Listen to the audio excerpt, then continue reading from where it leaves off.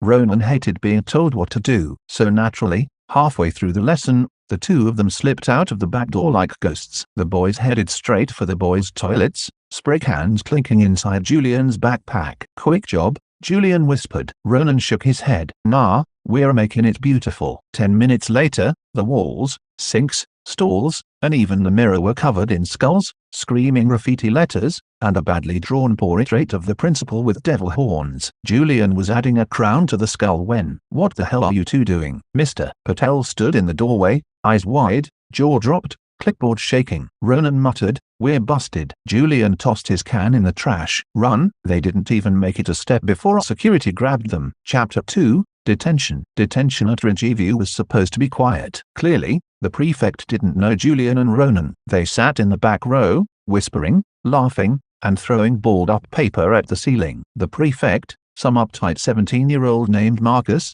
marched over. "You two need to sit still." Julian leaned back. "Relax, hall monitor." Ronan added, "Yeah, take a breath." "Maybe two." Marcus scoffed. "I'm reporting you." Julian smiled like a wolf. "Go ahead. Tell someone we were sitting wrong." While Marcus fumed, Ronan quietly tied Marcus's shoelaces together under the desk. When Marcus walked away, he tripped so hard he nearly somersaulted. Ronan slapped the desk laughing. Julian howled. The prefect stormed out screaming he'd had enough. Classroom, in chaos. Rivera Brothers, undefeated. Chapter 3, An Unfair Fight. Josh Simons, the biggest bully in JWE, strutted into detention like he owned it. He stopped right beside Ronan's desk. "Well, look who it is." Rivera's loudmouth sidekick. Ronan stood up. "Say that again." Josh smirked. "You heard me." Julian moved so fast no one saw it coming. 1 second Josh was laughing. The next he was on the floor with Julian on top of him, fists flying. Julian didn't stop until 2 teachers dragged him off. Ronan yelled,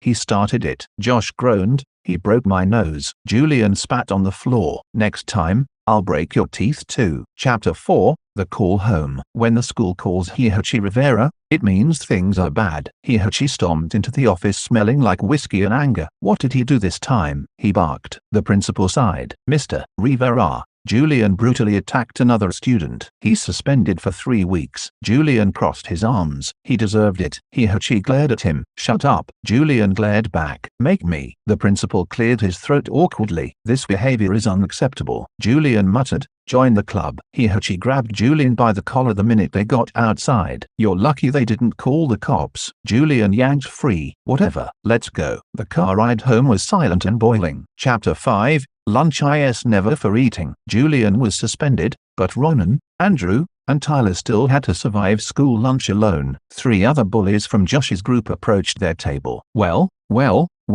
one sneered. "Without Julian, you guys are nothing." Ronan stood up. "Try me." Andrew cracked his knuckles. Tyler dropped his sandwich and stepped forward. The bullies shoved Ronan. Big mistake. Within seconds, the whole cafeteria erupted. Ronan threw one kid onto a table. Andrew slammed another into a chair. Tyler punched a kid so hard the lunch staff screamed. When teachers finally pulled them apart, 3 bullies were on the floor groaning. Ronan wiped blood from his lip. Lunch is never peaceful here. Chapter 6, Another Call Home. The principal called Hihachi for the 2nd time in 1 week. "All of your boys attacked students today." Hihachi rubbed his temples. "All of them?" "Yes, they're suspended. Effective immediately." Ronan smirked. Andrew shrugged. Tyler simply said, "Worth it." Hihachi growled, "You boys are gonna drive me insane." Julian, still suspended, met them outside. "What'd you do?" Ronan grinned. "Handle business." Julian slapped his hand. "Good." Chapter 7, The Skate Park. With all of them suspended, the boys finally had free time. They grabbed their boards and headed to Westbridge Skate Park. Cracked ramps,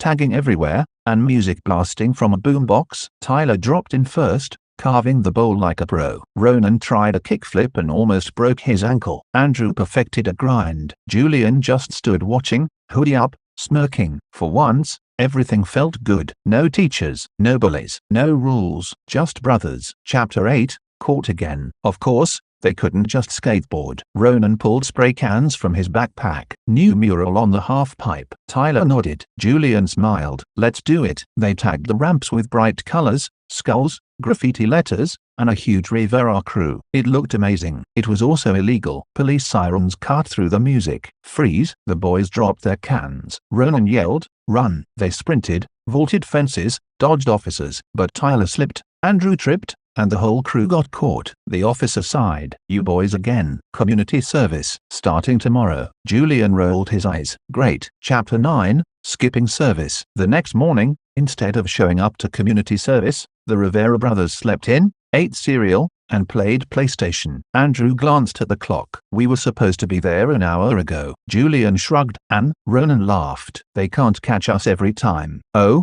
they caught them this time. That afternoon, police arrived at the apartment. The officer crossed his arms. You boys are going to juvenile detention. 5 weeks. Tyler groaned. Ronan cursed. Andrew sighed. Julian smirked. 5 weeks. Easy. As they were handcuffed, Tyler whispered, think they got spray cans in juvie. Julian elbowed him. Don't tempt me. The Rivera boys were headed to juvenile detention, and trouble was coming.